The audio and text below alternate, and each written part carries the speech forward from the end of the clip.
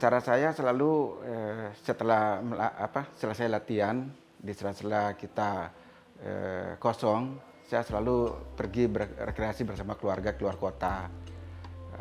Dan yang paling utama juga saya lebih sering pergi berburu.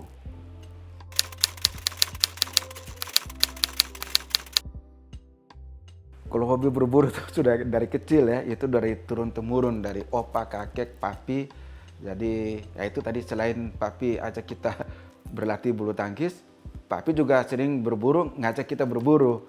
Jadi dari kecil kita udah badminton berburu. Jadi sampai sekarang begitu. Saya selalu kalau udah jenuh, habis berlatih jenuh, ya saya ambil luang Sabtu Minggu saya pergi berburu. Kadang-kadang sendiri, kadang-kadang saya bawa keluarga.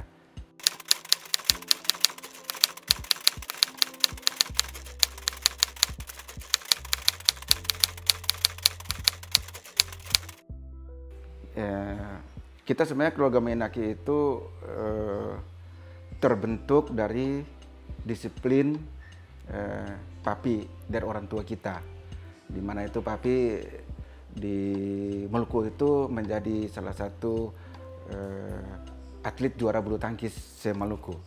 Jadi beliau selalu mengajak kita untuk mengikuti jejaknya beliau.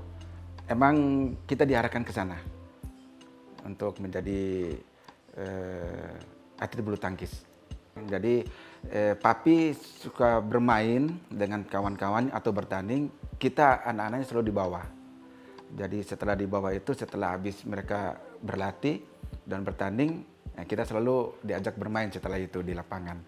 Dan akhirnya papi saya membuat lapangan di belakang rumah. Nah di situ mulai kita rutin, setelah pulang sekolah kita berlatih dengan papi di sana, dilatih.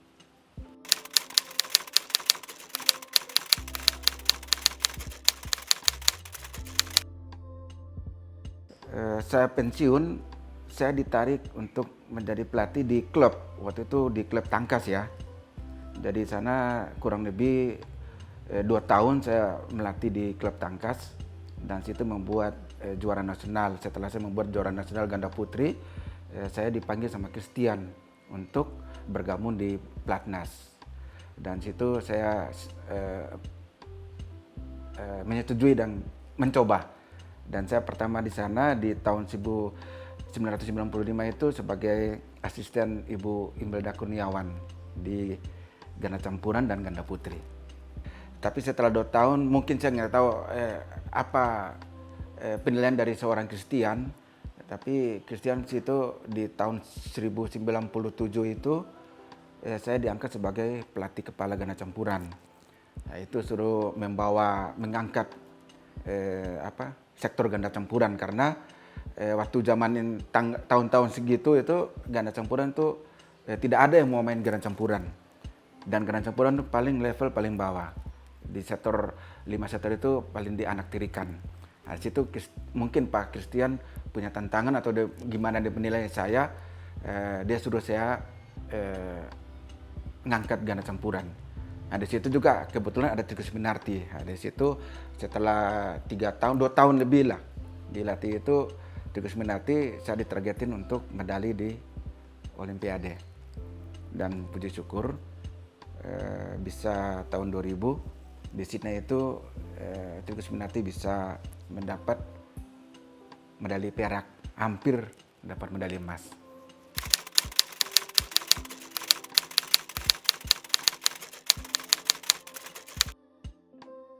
Saya kurang mengerti, saya terima aja dan tantangan itu karena Christian memanggil saya. Tapi saya rasa seorang Christian ya, saya lihat seorang Christian itu dia sebagai atlet sukses dan dia sebagai pelatih sukses, dia sebagai pengurus juga sukses.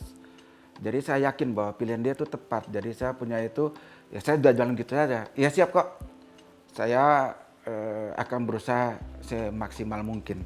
Nah, cuma saya kata-kata Christian waktu itu, ya saya camkan itu, dia bilang kamu harus maksimal dan kamu harus turun ke lapangan. Nah itu yang membuat saya punya keyakinan dan saya mati-matian di situ, punya satu ambisi.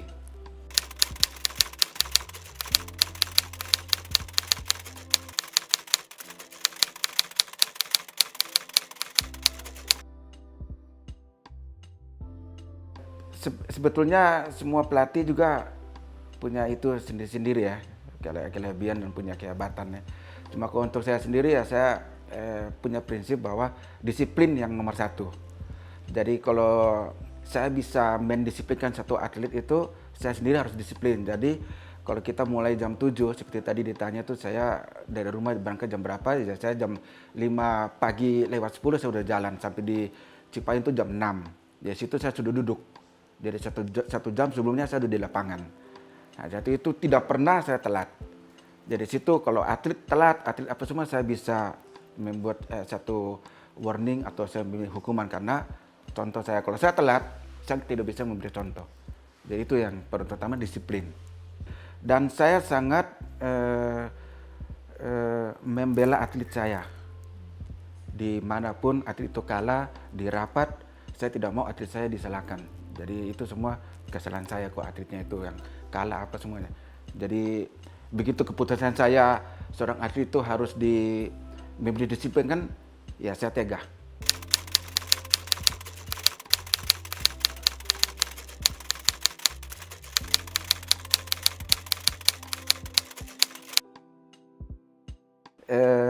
Sebenarnya saya sudah mencetak cukup banyak ya.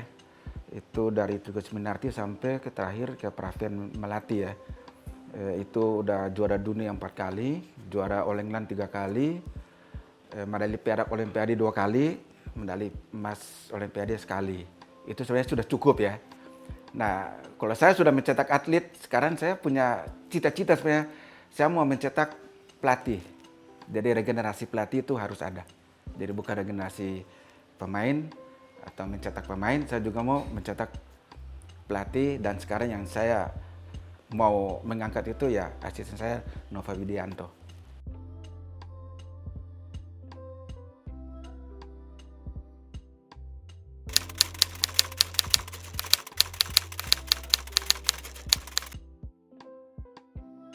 Wah, itu apa perlu cerita ya, karena ada satu di menjelang final itu saya sudah ada firasat ya. Sudah ada firasat bahwa kebetulan saya juga kan sering baca renungan harian ya, renungan pagi, berdoa. Jadi pas menjelang final itu saya baca satu renungan. Dan renungan itu di situ ada ditulis bahwa diulas bahwa setiap atlet kita pemberian medali emas, pengkalungan medali emas di satu kejuaraan itu sangat membanggakan kita dan sangat membanggakan bangsa dan mengharumkan nama bangsa. Situ saya lihat, wah, saya langsung berdoa situ, saya minta kepada Tuhan bahwa kalau bisa bacaan pagi ini terbentuk nanti sore, karena Owi dan Butet menghadapi final sorenya nanti. Jadi saya berharap bacaan ini, pengkalungan itu terjadi kepada atlet saya. Jadi itu mungkin udah satu firasat, itu membuat saya satu keyakinan dan tidak grogi di dalam lapangan, menanti anak-anak itu tidak tegang. Dan saya menyampaikan kepada Butet bahwa saya yakin kamu dapat kali ini.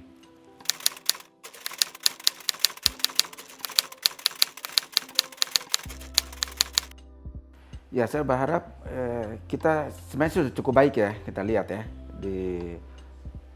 dari dulu sampai sekarang kita lihat, apalagi kita lihat ya kemarin kalau kita lihat ganda putra itu udah raja Super Series ya. Jadi untuk keseluruhan saya berharap bahwa kita makin baik.